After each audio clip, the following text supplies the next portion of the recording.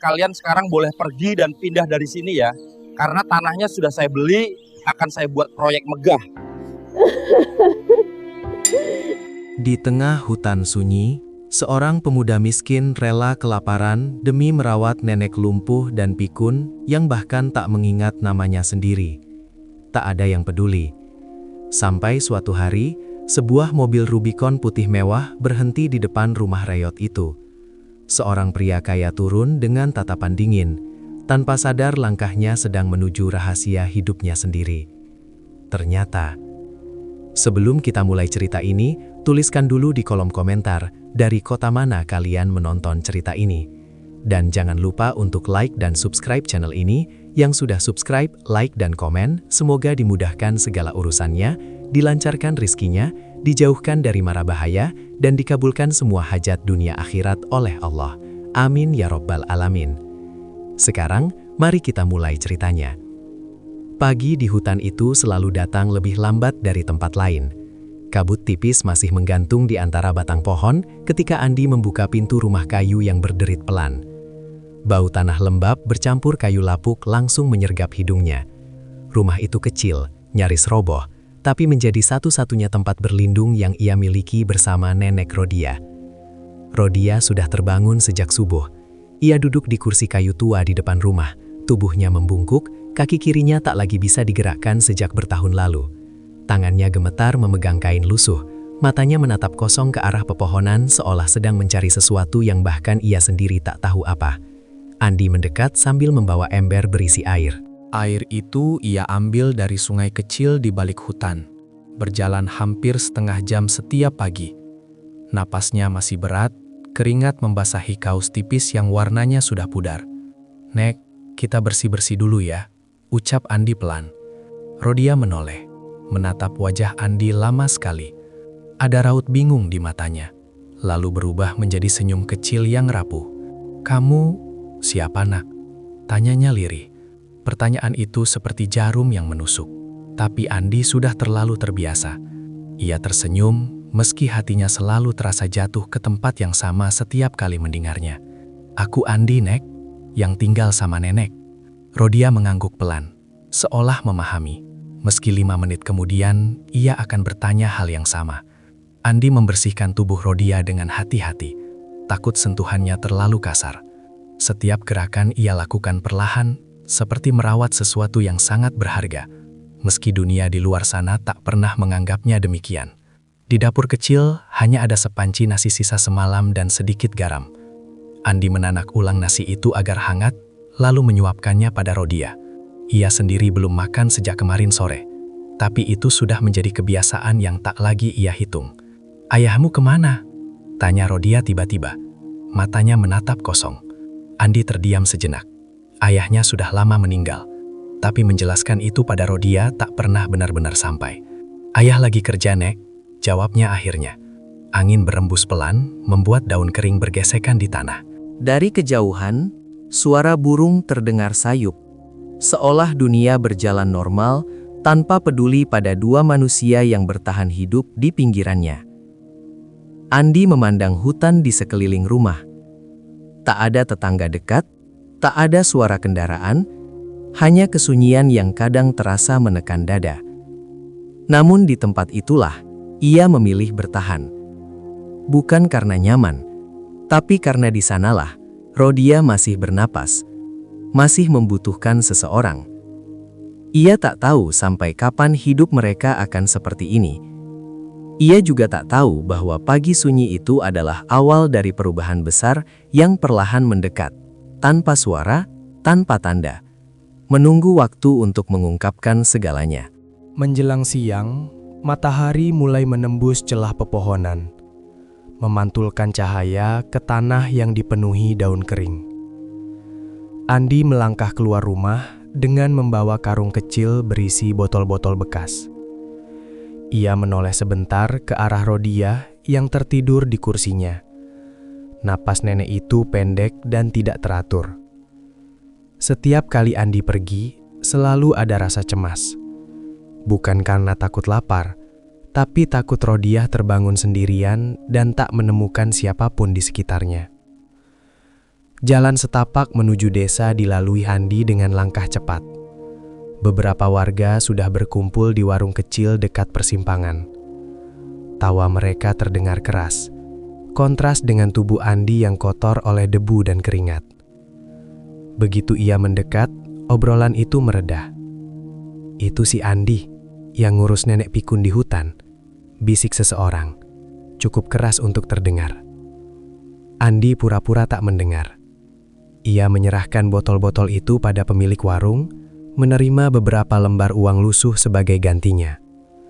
Jumlahnya tak seberapa, bahkan tak cukup untuk membeli lauk, tapi ia tetap mengangguk berterima kasih. "Masih kuat aja ngurus orang yang udah gak ingat apa-apa," ucap seorang pria sambil menggelengkan kepala. "Percuma, paling juga mati di situ." Kata-kata itu menghantam lebih keras dari yang terlihat. Andi menahan napas, menunduk, lalu melangkah pergi. Ia sudah belajar bahwa melawan hanya akan membuat segalanya lebih sulit. Di sepanjang jalan pulang, pikirannya dipenuhi suara-suara itu. Ia tahu, bagi warga desa, Rodiah bukan siapa-siapa. Tak ada keluarga yang mengaku, tak ada asal-usul yang jelas. Hanya nenek lumpuh yang muncul entah dari mana, lalu menetap di rumah kayu itu bertahun-tahun. Andi sendiri tak pernah tahu pasti bagaimana Rodiah bisa tinggal bersamanya. Ia hanya ingat saat masih remaja, ayahnya membawa nenek itu pulang dalam keadaan bingung dan luka di kepala. Sejak ayahnya meninggal, Andi meneruskan apa yang sudah dimulai tanpa pernah mempertanyakan alasannya. Sesampainya di rumah, Andi mendapati Rodiah terbangun. Nenek itu terlihat gelisah, tangannya mencengkram sisi kursi. Andi kemana?" gumamnya berulang-ulang. "Aku di sini, Nek," jawab Andi cepat, berlutut di depannya. Rodiah menatap wajah Andi dengan mata berkaca-kaca, lalu memegang lengannya erat, seolah takut ia akan menghilang. "Mereka nggak suka sama nenek," katanya pelan, suaranya bergetar. Andi terdiam. Ia tak tahu sejak kapan Rodiah menyadari penolakan itu, atau mungkin hanya perasaan yang muncul sesaat. Ia hanya mengangguk, menggenggam tangan keriput itu dengan lembut. "Nggak apa-apa, Nek. Selama aku ada, nenek nggak sendirian." Rodiah menghela nafas panjang. Tatapannya kembali kosong, seolah kalimat barusan sudah lenyap dari ingatannya. Namun bagi Andi, kata-kata itu tertinggal, berat, menumpuk di dadanya. Ia memandang rumah kayu yang mulai retak di beberapa bagian, atap yang bocor jika hujan turun lama. Dunia di luar mungkin telah melupakan Rodiah sepenuhnya. Tapi bagi Andi, nenek itu adalah satu-satunya alasan ia tetap berdiri setiap pagi. Ia belum tahu, penolakan yang selama ini mereka terima hanyalah permulaan dari ujian yang lebih besar, yang perlahan mendekat bersama perubahan yang tak bisa ia hindari. Hujan turun sejak pagi buta. Atap rumah kayu itu bocor di beberapa titik, membuat Andi harus memindahkan ember berkali-kali agar lantai tanah tidak berubah menjadi lumpur. Rodiah duduk terdiam, matanya mengikuti setiap gerakan Andi tanpa benar-benar memahami apa yang sedang terjadi. Hari itu, Andi berencana mencari kerja ke desa seberang. Jaraknya cukup jauh, tapi ia tak punya pilihan lain. Persediaan beras tinggal segenggam, dan Rodiah membutuhkan obat yang sudah 2 hari tak terbeli. Ia mengenakan jaket tipis yang mulai robek di bagian lengan. Sebelum berangkat, ia menyuapi Rodiah nasi dingin yang dihangatkan seadanya. Bau apek dari nasi semalam bercampur asap kayu bakar memenuhi ruangan. "Makan pelan-pelan ya, Nek," ucap Andi. Rodiah mengangguk, meski sandok itu lebih sering berhenti di udara daripada sampai ke mulutnya. Sesekali ia tersenyum kecil, seolah sedang makan hidangan yang sangat lezat. Perjalanan menuju desa seberang terasa lebih berat karena hujan. Tanah licin membuat langkah Andi beberapa kali hampir tergelincir. Setibanya di sana, ia langsung menuju rumah-rumah yang sedang membangun kandang ternak. Ia menawarkan tenaga, apa saja, asal dibayar hari itu juga. Beberapa orang menolak dengan alasan sudah cukup bekerja. Ada juga yang mengusirnya dengan tatapan curiga. Hingga menjelang sore, barulah seorang pria paruh baya mengizinkannya membantu memindahkan kayu. Upahnya hanya cukup untuk membeli sebungkus beras kecil dan 1 strip obat generik. Andi menerimanya dengan syukur, meski tangannya pegal dan punggungnya nyeri. Saat ia kembali ke rumah, hari sudah hampir gelap. Lampu minyak di dalam rumah menyala redup. Rodia masih duduk di kursinya, tapi tubuhnya terlihat lebih lemah. "Nenek lapar," katanya pelan saat melihat Andi. Kata itu membuat langkah Andi terhenti sejenak. Ia segera memasak beras yang baru dibeli, menunggu dengan sabar meski perutnya sendiri melilit.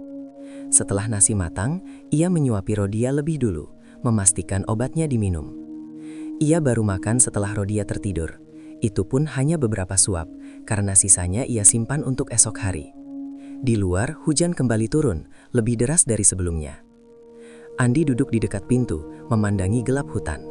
Di kepalanya berputar berbagai pikiran yang tak pernah ia ucapkan. Tentang masa depan yang tak jelas, tentang tubuh Rodia yang semakin rapuh, tentang dirinya sendiri yang seolah tak punya ruang untuk mengeluh.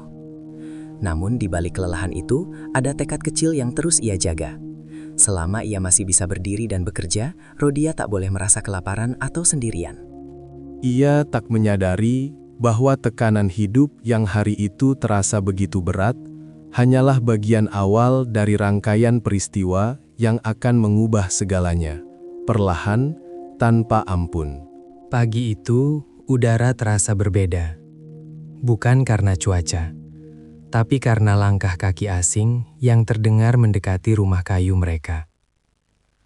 Andi yang sedang menjemur kain segera menoleh. Dari balik pepohonan, muncul 2 orang pria membawa map coklat dan mengenakan sepatu bersih yang kontras dengan tanah berlumpur di sekitar rumah. "Ini rumah siapa?" tanya salah satunya tanpa basa-basi. Andi menghampiri dengan hati-hati. "Kami yang tinggal di sini, Pak." Pria itu saling pandang. Salah satu membuka map dan melihat beberapa lembar kertas. "Tanah ini bukan tanah hak milik. Ada rencana pendataan ulang. Penghuni liar harus angkat kaki." Kata penghuni liar membuat dada Andi terasa ditekan. Ia mencoba menjelaskan bahwa mereka sudah tinggal di sana bertahun-tahun, bahwa Rodia tak bisa berjalan, bahwa mereka tak punya tempat lain. Namun wajah pria itu tetap datar, seolah cerita Andi hanyalah suara angin. "Kami kasih waktu. Jangan sampai kami datang lagi," ucapnya singkat sebelum berbalik pergi. Rodia yang duduk di kursi mendengar sebagian percakapan itu.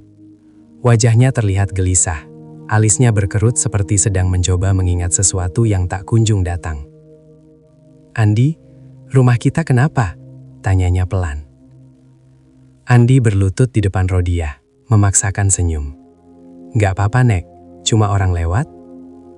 Namun setelah itu, pikirannya tak lagi tenang. Sepanjang hari, ia membersihkan rumah tanpa arah, mengencangkan papan yang longgar, menutup celah atap dengan plastik bekas, seolah memperbaiki rumah bisa membuat mereka aman.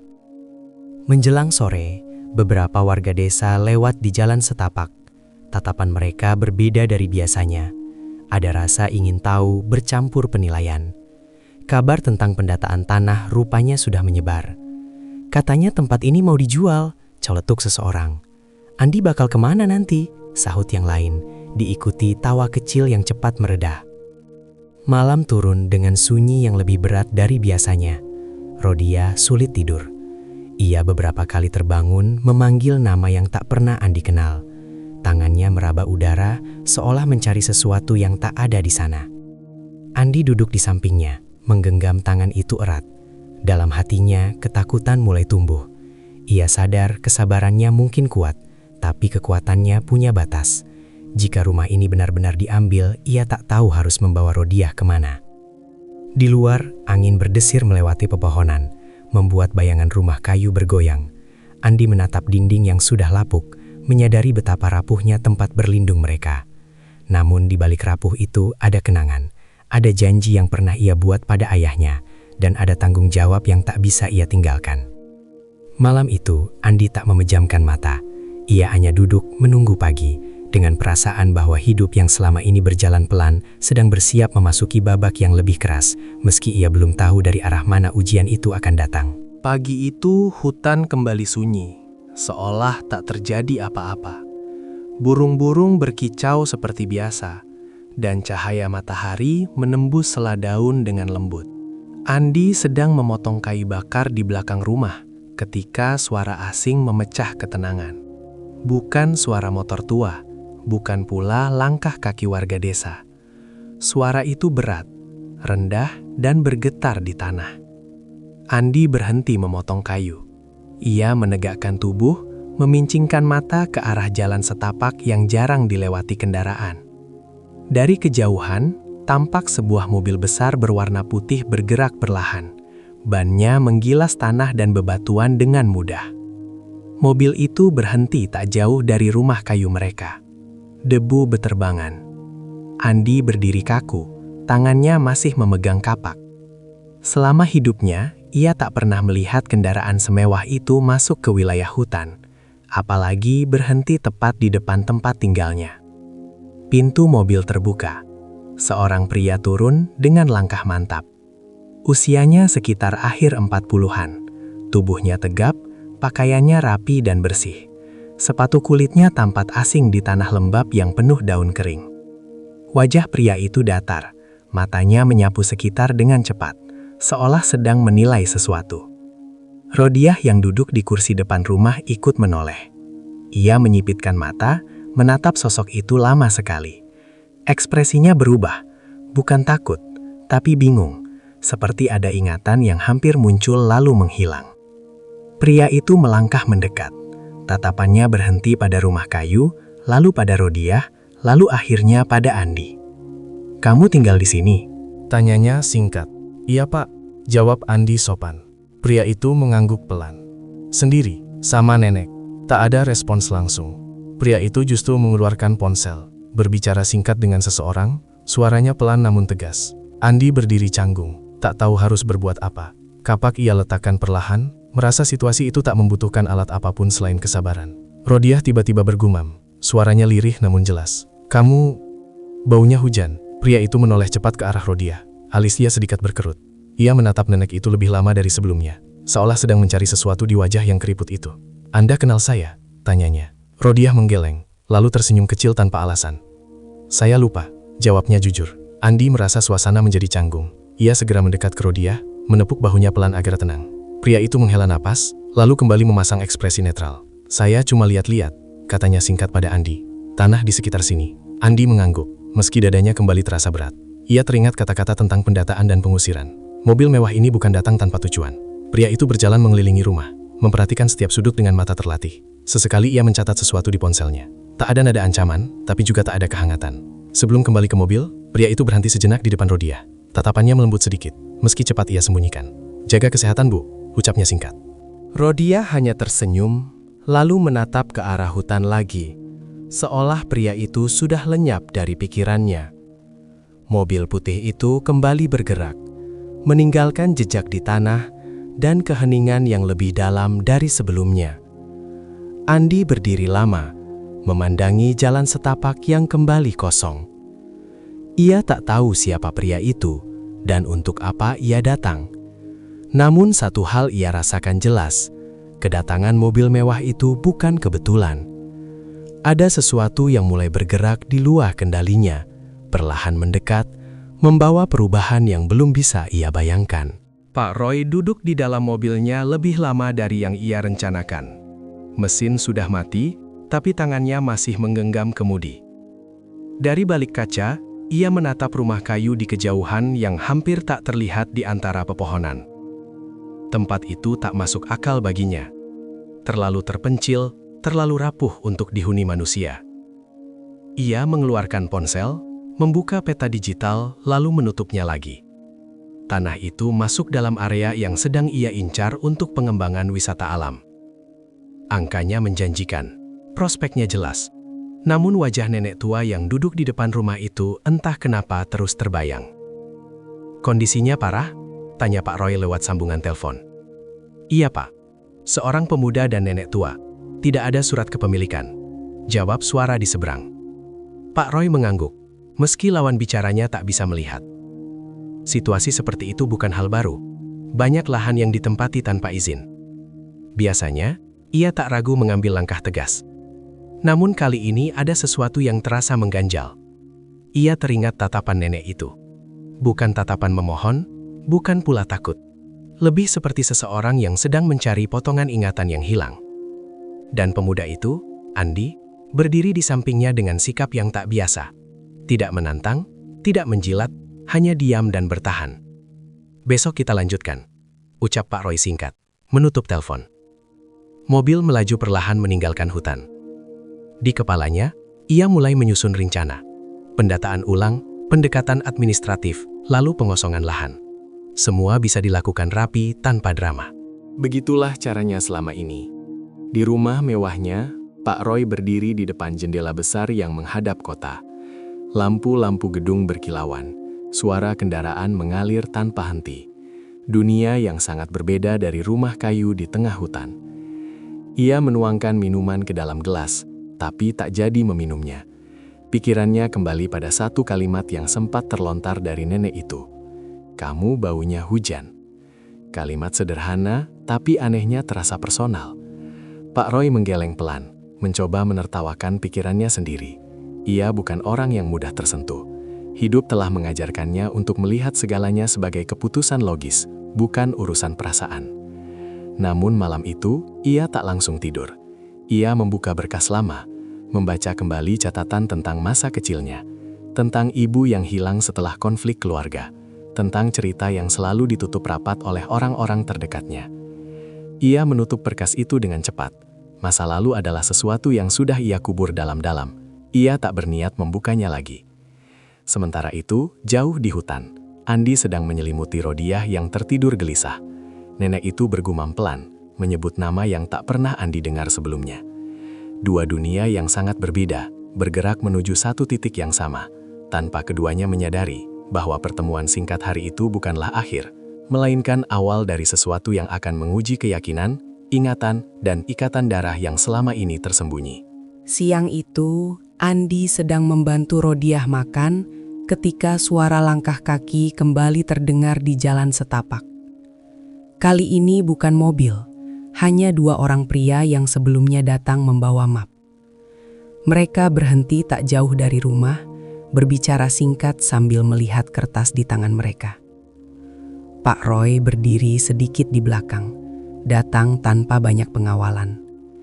Ia mengenakan pakaian sederhana, jauh dari kesan mewah sebelumnya. Tujuannya jelas, memastikan kondisi lahan dan penghuni sebelum mengambil keputusan lanjutan.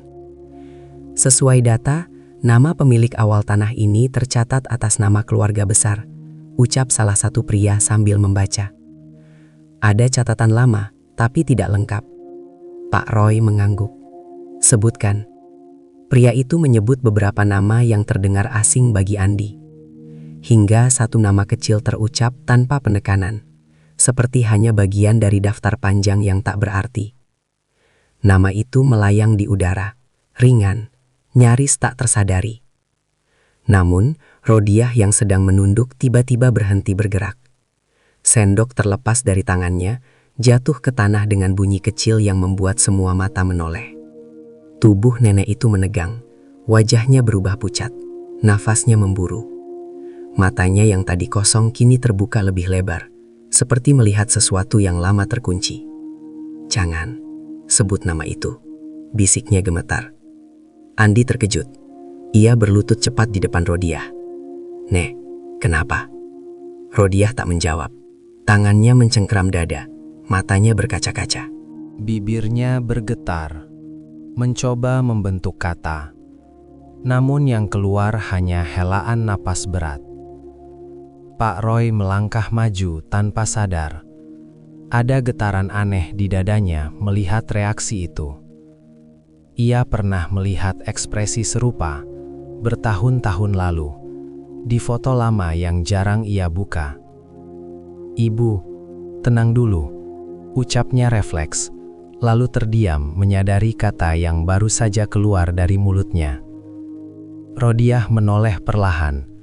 Tatapannya berhenti tepat di wajah Pak Roy. Lama, terlalu lama untuk sekadar kebetulan. Air mata jatuh dari sudut matanya, mengalir tanpa suara. "Kamu, panggil saya apa?" tanyanya lirih. Pak Roy tak segera menjawab. Tenggorokannya terasa kering. Maksud saya, Ibu baik-baik saja." Rodiah menggeleng pelan. Tangannya terangkat, seolah ingin meraih wajah Pak Roy, tapi berhenti di udara. Jemarinya gemetar, lalu jatuh kembali ke pangkuannya. "Ada hujan di rambutmu," katanya pelan, seperti dulu. Kata-kata itu membuat suasana menjadi sunyi. Pria-pria lain saling pandang, tak mengerti apa yang sedang terjadi. Andi menatap Rodiah dengan perasaan campur aduk. Selama bertahun-tahun merawatnya, baru kali ini ia melihat reaksi sekuat itu. Pak Roy mundur setengah langkah. Wajahnya kembali dingin, tapi matanya tak bisa menyembunyikan kegelisahan. Ia menoleh pada stafnya. "Cukup untuk hari ini." Mereka segera pergi, meninggalkan hutan dengan langkah tergesa. Pak Roy tak menoleh lagi, namun pikirannya tertinggal di rumah kayu itu. Andi memeluk Rodiah, menenangkannya perlahan. Beberapa menit kemudian, nenek itu kembali terdiam, seperti tak pernah terjadi apa-apa. Tatapannya kosong, ingatannya menguap seperti embun pagi. Namun, bagi Andi dan bagi Pak Roy yang kini berjalan menjauh, satu nama kecil yang terucap tanpa sengaja telah membuka celah tipis pada masa lalu yang selama ini terkunci rapat. Dan celah itu perlahan melebar, menunggu untuk mengungkapkan sesuatu yang tak seorang pun siap menerimanya. Sore itu berjalan lambat. Angin bertiup lebih dingin dari biasanya, membuat daun-daun kering berputar di halaman rumah. Andi sedang mencuci pakaian Rodiah di ember ketika ia mendengar bunyi kecil dari dalam rumah, seperti sesuatu yang jatuh ke lantai. Ia masuk dan mendapati Rodiah membungkuk di kursinya. Tangannya meraba-raba tanah dengan wajah bingung. Di dekat kakinya, tergeletak sebuah kalung tua berwarna kusam. Rantainya tipis, nyaris putus, dan liontinnya terbuka setengah. "Ini punya siapa, Nek?" tanya Andi sambil memungutnya. Rodiah menatap kalung itu lama sekali. Wajahnya menunjukkan kebingungan bercampur ketakutan, seperti melihat benda asing yang seharusnya ia kenal. "Itu jangan dibuang," katanya pelan. "Itu rumah." Andi tak mengerti maksudnya. Ia membuka liontin itu perlahan. Di dalamnya terselip foto kecil yang sudah menguning. Gambarnya buram, tapi masih terlihat jelas seorang perempuan muda sedang menggendong bayi. Wajah perempuan itu samar, namun senyumnya terasa hangat meski tercetak di kertas tua. Jantung Andi berdegup lebih cepat. Ia belum pernah melihat foto itu sebelumnya. Selama ini ia mengira Rodiah tak memiliki apa-apa selain pakaian yang menempel di tubuhnya. "Siapa ini, Nek?" tanyanya hati-hati. Rodiah tak langsung menjawab. Tangannya terangkat, menyentuh foto itu dengan ujung jari, lalu berhenti. Air mata jatuh satu persatu, tanpa isak, tanpa suara. "Anakku," bisiknya hampir tak terdengar. Andi menelan ludah. Ia ingin bertanya lebih jauh, tapi melihat wajah Rodiah yang kembali kosong membuatnya ragu. Seperti biasa, ingatan itu hanya singgah sebentar sebelum menghilang. Beberapa jam kemudian, Pak Roy kembali ke rumah kayu itu sendirian. Ia berdiri di depan rumah, ragu untuk melangkah lebih dekat. Sesuatu dalam dirinya mendorong untuk kembali, meski logikanya tak menemukan alasan yang jelas. Andi terkejut melihatnya. "Ada yang bisa saya bantu, Pak?" Pak Roy mengangguk singkat. Tatapannya tertuju pada kalung di tangan Andi. "Itu dari mana?" Andi menjawab jujur. "Punya nenek, baru jatuh tadi." Pak Roy mendekat, matanya menyipit. Ia tak menyentuhnya, hanya menatap foto kecil di dalam liontin. Napasnya tertahan sejenak. Bayi dalam foto itu memiliki tanda kecil di pelipis, persis seperti tanda yang ia miliki sejak lahir. "Itu foto lama," gumam Pak Roy, lebih pada dirinya sendiri. Rodiah menoleh. Ia melihat Pak Roy, lalu kalung itu, lalu kembali ke wajah Pak Roy. Alisnya berkerut, seolah pikirannya bekerja keras mencari sesuatu yang tak kunjung muncul. "Kamu pernah jatuh di sungai," katanya tiba-tiba. Pak Roy terdiam. Tak ada seorang pun yang tahu kejadian itu, kecuali keluarganya. Ia mundur setengah langkah, dadanya terasa sesak. "Simpan saja," ucapnya cepat pada Andi. "Jaga baik-baik." Ia berbalik pergi tanpa penjelasan. Andi berdiri terpaku, menggenggam kalung itu dengan perasaan aneh yang sulit dijelaskan. Ia belum memahami arti benda tua itu, tapi ia tahu, sejak kalung itu jatuh ke tanah, sesuatu telah berubah. Malam itu, Rodiah tidur lebih tenang dari biasanya. Andi duduk di sampingnya, memandangi kalung yang kini tergenggam di tangannya. Ia tak menyadari bahwa benda kecil itu adalah saksi bisu dari masa lalu yang akan segera menuntut kebenarannya. Malam turun perlahan, membawa hawa dingin yang meresap sampai ke tulang. Lampu minyak di rumah kayu itu menyala redup. Bayangannya menari di dinding yang penuh retakan. Andi duduk bersila di lantai, menatap kalung tua yang kini tergeletak di atas kain bersih. Rodiah sudah tertidur. Natasnya terdengar pelan, kadang terputus. Namun wajahnya terlihat lebih tenang dibanding malam-malam sebelumnya. Seolah ada sesuatu yang dilepaskan dari dadanya, meski Andi tak tahu apa. Ia mengangkat kalung itu, memperhatikan foto kecil di dalamnya sekali lagi. Wajah perempuan muda itu terasa asing, namun senyumnya memberi rasa hangat yang sulit dijelaskan. Andi mencoba membayangkan kehidupan Rodiah di masa lalu, sebelum pikun, sebelum lumpuh, sebelum dunia melupakannya. Namun bayangan itu selalu terputus, seperti cerita yang halamannya hilang. Di tempat lain, Pak Roy berdiri di balkon rumahnya yang tinggi. Kota di bawah tampak hidup, tapi ia merasa terpisah dari semuanya. Pikirannya terus kembali ke rumah kayu di tengah hutan, ke wajah pemuda yang sederhana, dan terutama ke mata nenek tua yang memandangnya, seolah ia adalah jawaban dari sesuatu yang lama hilang.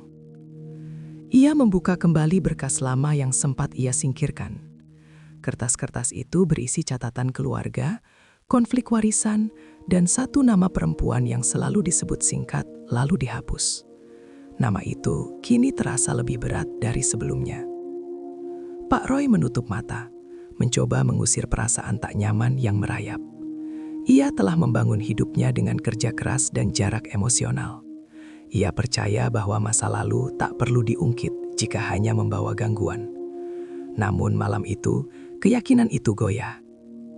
Ia teringat tanda kecil di pelipisnya, sesuatu yang selalu ia anggap sepele.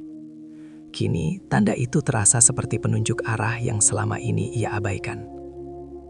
Kembali ke hutan, Andi mematikan lampu minyak dan berbaring di dekat Rodiah. Di luar, suara serangga malam mengisi keheningan. Ia memejamkan mata, tapi pikirannya tak berhenti bekerja. Tentang ancaman pengusiran, tentang pria kaya yang datang dan pergi, tentang kalung tua yang tiba-tiba menjadi pusat dari banyak hal yang tak ia pahami. Ia merasa ada sesuatu yang bergerak di luar kendalinya, seperti arus besar yang perlahan menarik mereka ke arah yang tak bisa dihindari. Namun, ia tak punya pilihan selain tetap bertahan, menjaga Rodiah, dan menjalani hari esok seperti biasa. Malam itu, dua orang dari dunia yang sangat berbeda, terjaga dalam kegelisahan yang sama. Keduanya belum saling terhubung sepenuhnya, tapi benang tipis sudah mulai terjalin, mengikat masa lalu dan masa kini dengan cara yang tak bisa lagi diabaikan. Dan di antara gelapnya malam, kebenaran perlahan mencari jalannya sendiri, menunggu waktu yang tepat untuk muncul ke permukaan. Pagi datang dengan langit mendung. Andi bangun lebih awal dari biasanya. Ia merapikan rumah, membersihkan lantai tanah, dan menyiapkan air hangat untuk Rodiah. Semua dilakukan dengan gerakan yang lebih hati-hati, seolah ia sedang menjaga sesuatu yang rapuh namun penting. Rodiah tampak lebih pendiam. Ia jarang berbicara, hanya sesekali menatap kosong ke arah hutan. Saat Andi menyebut nama-namanya, nenek itu hanya mengangguk pelan, tanpa pertanyaan seperti biasanya. Keheningan itu justru membuat Andi semakin gelisah. Di sisi lain, Pak Roy memulai harinya dengan agenda yang berbeda. Ia memanggil seorang asistennya yang paling lama bekerja dengannya, seseorang yang ia percaya untuk urusan sensitif. "Saya mau kamu cari data lama," ucap Pak Roy singkat, "tentang seorang perempuan. Namanya Rodia." Asistennya sedikit terkejut. "Data tahun berapa, Pak?" "Lebih dari 30 tahun lalu. Mungkin tidak lengkap." Tak ada penjelasan tambahan. Pak Roy tak ingin terlalu banyak bicara, seolah dengan menyebutkan detail lebih jauh, ia akan mengakui sesuatu yang belum siap ia terima. Ia hanya tahu, rasa gelisah itu tak akan hilang sebelum ia memastikan kebenarannya. Pencarian dimulai dari arsip desa lama, catatan rumah sakit, dan laporan kecelakaan yang hampir terlupakan. Banyak dokumen yang sudah rusak, tinta memudar, nama-nama terpotong. Namun satu demi satu potongan kecil mulai muncul, membentuk bayangan samar. Seorang perempuan dengan nama yang sama pernah tercatat sebagai korban kecelakaan sungai. Ia ditemukan selamat, tapi kehilangan sebagian ingatannya. Tak lama setelah itu, ia menghilang dari catatan resmi. Pak Roy membaca laporan itu dengan dada berdebar. Ia menutup berkas itu perlahan, menatap kosong ke dinding ruang kerjanya. Semua masih terlalu kabur untuk disebut kebenaran, tapi cukup jelas untuk menimbulkan pertanyaan yang tak bisa ia abaikan. Sementara itu, Andi pergi ke desa untuk membeli kebutuhan. Beberapa orang mulai menatapnya berbeda, tak lagi sekadar kasihan, tapi juga penasaran. Kabar tentang pria kaya yang bolak-balik ke rumah kayu itu telah menyebar, menumbuhkan banyak dugaan. "Andi, kamu kenal orang kota itu?" tanya seorang warga. Andi hanya menggeleng. Ia tak ingin menjelaskan sesuatu yang bahkan ia sendiri tak mengerti. Ia pulang dengan perasaan tidak nyaman, merasa dunia kecilnya mulai dipenuhi mata-mata asing. Sore hari, Pak Roy kembali berdiri di tepi hutan. Tapi kali ini ia tak mendekat. Ia hanya memandang dari kejauhan, memperhatikan Andi yang sedang membantu Rodia duduk di kursinya. Ada perasaan asing di dadanya, bukan kasihan, bukan pula tanggung jawab. Lebih seperti tarikan yang sulit dijelaskan, mendorongnya untuk melangkah lebih jauh dari rencana awal. Namun ia menahan diri. Ia tahu, setiap kebenaran butuh waktu, dan waktu itu sedang berjalan, perlahan tapi pasti, membawa mereka semua semakin dekat pada sesuatu yang tak bisa lagi disembunyikan. Pak Roy menatap layar komputer tanpa benar-benar membaca isinya. Berkas yang terbuka di depannya sudah ia lihat berulang kali sejak pagi. Namun pikirannya terus melayang. Nama yang tertera di sana terasa semakin nyata, seolah keluar dari layar dan berdiri di hadapannya. Rodia. Nama itu tak lagi sekadar catatan. Ia kini memiliki wajah, suara, dan tatapan yang sulit ia lupakan. Setiap detail kecil yang ditemukan asistennya terasa saling terhubung, meski belum membentuk gambaran utuh. Ada laporan tentang seorang perempuan yang kehilangan ingatan setelah kecelakaan. Ada catatan singkat tentang konflik keluarga besar yang berakhir dengan pengusiran diam-diam. Dan ada satu kesaksian lama dari warga desa yang menyebutkan seorang bayi yang dibawa pergi, sementara ibunya ditinggalkan. Pak Roy memijat pelipisnya. Bagian kepalanya itu selalu sensitif sejak kecil. Ia teringat bagaimana ibunya dulu sering menyentuh pelipis itu, sebelum semua kenangan tentangnya dipotong paksa dari hidupnya. Ini cuma kebetulan, gumamnya, mencoba menenangkan diri. Namun semakin ia menolak, semakin kuat perasaan itu menekan. Ada rasa bersalah yang muncul tanpa alasan jelas. Ada amarah yang tak tahu harus diarahkan ke siapa. Dan ada ketakutan terbesar yang mulai berani ia akui, meski hanya dalam hati. Bagaimana jika semua ini benar? Sementara itu, di rumah kayu, Andi merasakan perubahan pada Rodia. Nenek itu lebih sering terdiam, tapi sesekali ia mengucapkan potongan-potongan kalimat yang tak pernah ia dengar sebelumnya. Tentang rumah besar, tentang taman, tentang seorang anak yang suka bermain air meski dilarang. Andi mendengarkan tanpa menyelah.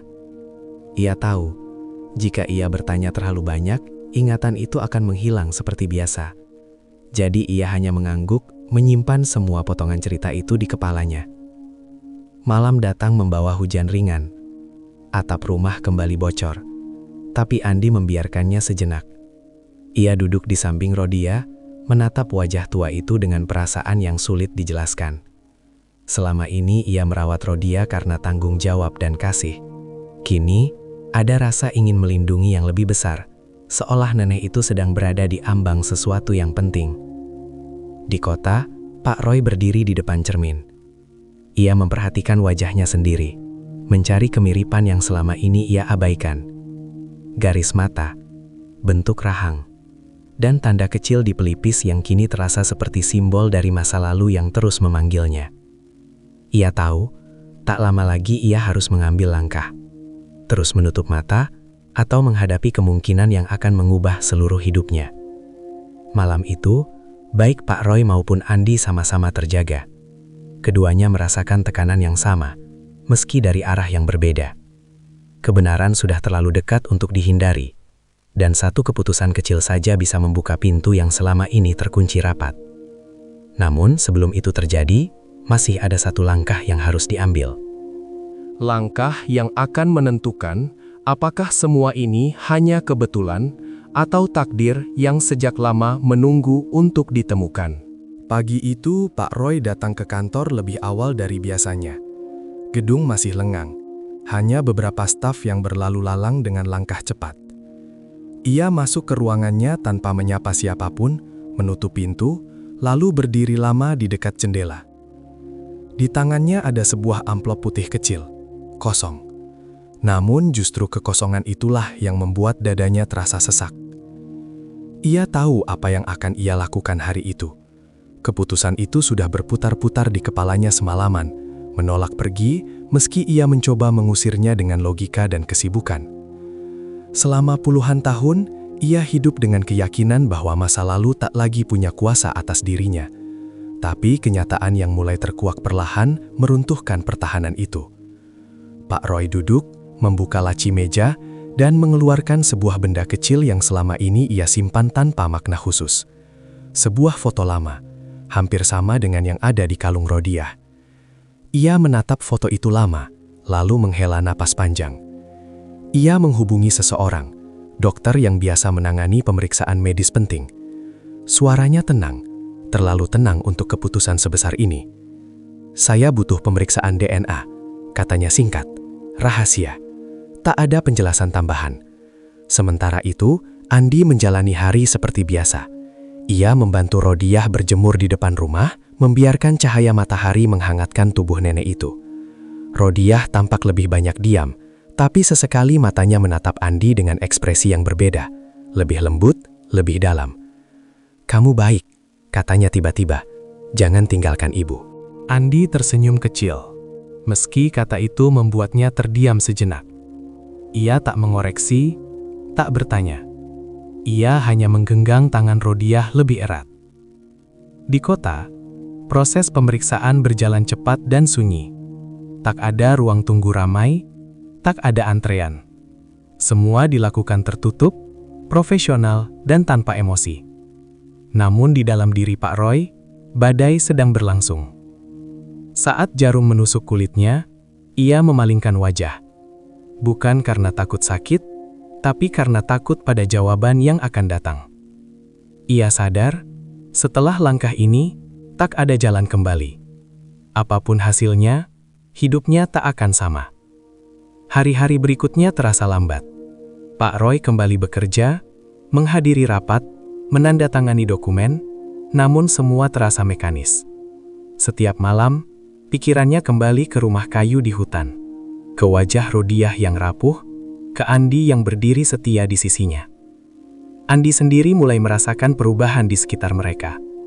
Beberapa warga desa tak lagi sekadar mencibir, tapi mengamati. Ada rasa menunggu di udara, seperti sesuatu yang belum terucap, tapi semua orang mulai menyadarinya. Rodiah semakin sering tertidur lama. Nafasnya pendek, tubuhnya ringan. Andi merawatnya dengan kesabaran yang lebih besar, seolah waktu mereka bersama sedang dipinjamkan sedikit demi sedikit.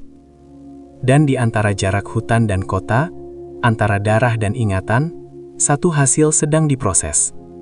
Tak ada yang tahu persis kapan akan datang, tapi semua yang terlibat merasakannya. Sesuatu yang menentukan segalanya sedang berjalan menuju mereka, perlahan, tanpa bisa dihentikan. Pagi itu hujan turun rintik-rintik, membasahi tanah hutan dengan lembut. Andi sedang mengelap wajah Rodia ketika suara mobil kembali terdengar di kejauhan. Kali ini ia tak langsung keluar. Ada firasat aneh yang membuat langkahnya tertahan. Mobil itu berhenti di tempat yang sama seperti sebelumnya. Pak Roy turun perlahan. Wajahnya terlihat lebih pucat dari biasanya. Matanya menyimpan kelelahan yang tak bisa disembunyikan oleh pakaian rapi. Di tangannya, ia membawa sebuah map tipis berwarna krem. Tangannya sedikit gemetar, meski ia berusaha menyembunyikannya. Andi keluar menyambut. "Silahkan, Pak." Tak ada banyak kata. Pak Roy melangkah masuk ke rumah kayu itu, merasakan lantai tanah yang dingin di bawah sepatunya. Matanya langsung tertuju pada Rodia yang terbaring lemah.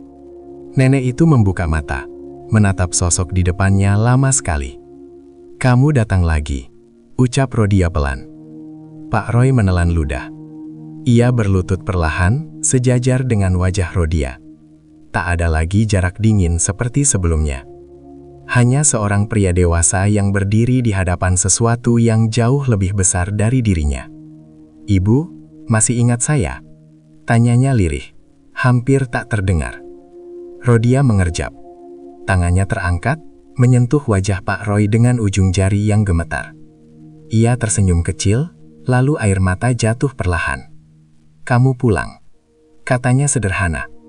Kalimat itu merobohkan sisa pertahanan Pak Roy. Ia menunduk. Napasnya tersendat. Tangannya membuka map di sampingnya, memperlihatkan lembar hasil pemeriksaan yang penuh angka dan istilah medis. Andi berdiri terpaku. Ia tak mengerti isi kertas itu, tapi ekspresi Pak Roy sudah cukup menjelaskan bahwa sesuatu yang besar sedang terjadi. Pak Roy mengangguk pelan. Hasilnya cocok. Tidak ada keraguan. Ia mengangkat wajahnya, menatap Rodia dengan mata merah. "Ibu, benar ibu saya." Hening memenuhi ruangan kecil itu. Tak ada musik, tak ada teriakan, hanya suara hujan di atap bocor dan napas tiga manusia yang dipertemukan oleh waktu. Rodia tak menangis keras. Ia hanya tersenyum, seperti seseorang yang akhirnya menemukan barang yang lama hilang. Tangannya menggenggam tangan Pak Roy, hangat dan lemah. "Maaf lama," bisiknya. Pak Roy menunduk, keningnya menyentuh tangan ibunya. Untuk pertama kalinya dalam hidupnya, ia menangis tanpa peduli siapa yang melihat. Tangisan yang bukan berasal dari kehilangan, tapi dari penyesalan yang tertahan puluhan tahun. Andi memalingkan wajah. Dadanya terasa sesak. Ia tak merasa tersisih, hanya terdiam menyaksikan sesuatu yang sakral.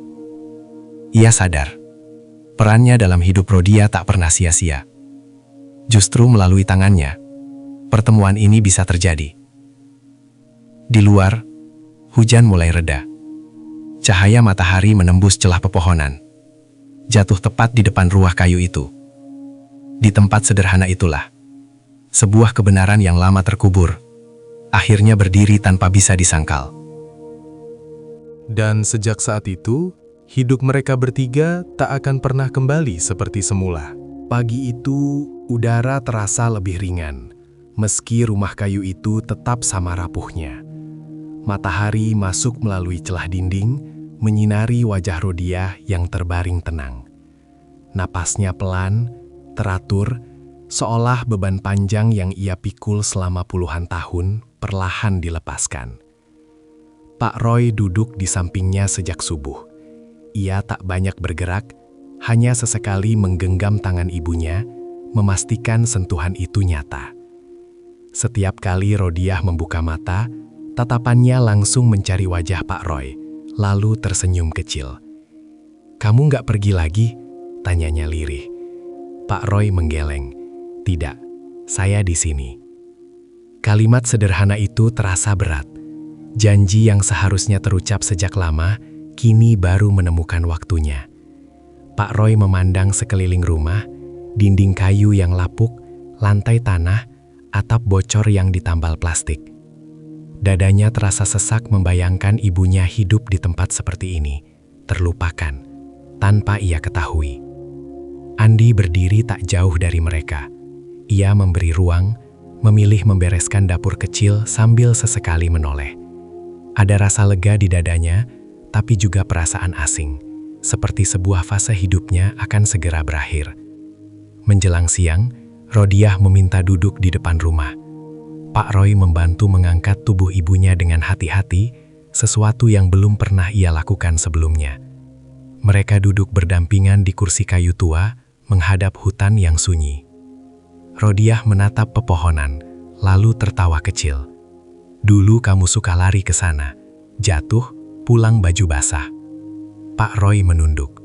Ingatan itu datang samar, tapi cukup untuk membuat tenggorokannya tercekat. Ia mengangguk, air mata kembali menggenang. "Saya lupa semuanya," ucapnya pelan.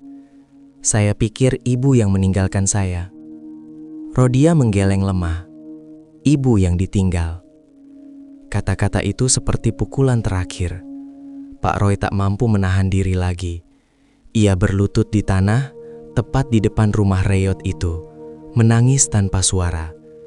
Tangis seorang anak yang akhirnya menemukan ibunya, namun terlambat untuk mengembalikan waktu.